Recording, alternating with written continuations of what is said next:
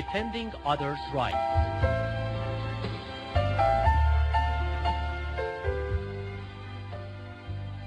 Sohrat, the son of Jandab, had one date palm tree in the orchards of one of the helpers. Sohrat would enter the house with total unconcern unexpectedly, whenever he came to pluck its dates.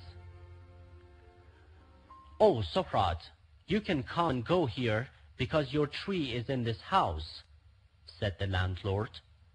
"But I request you to inform us before entering and not just walk in like an intruder unexpectedly." Sohrat said, "Inform you? Why? My tree is in this house and I can come and go whenever I want without permission.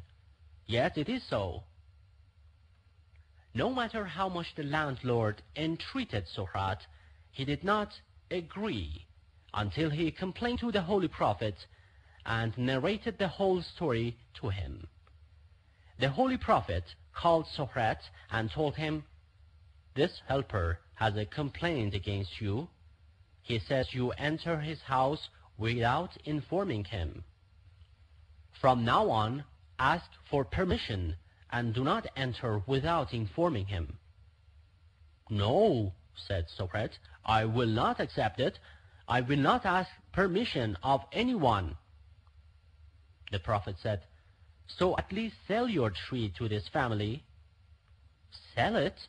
No way, never. I shall never do such a thing." The Holy Prophet suggested a price and raised it higher and higher, but still he had to confront the stubbornness of that man till he said, "Oh, Sohrat, if you sell your tree, there shall be a tree in heaven for you." Sohrat said, "It's the same as I said.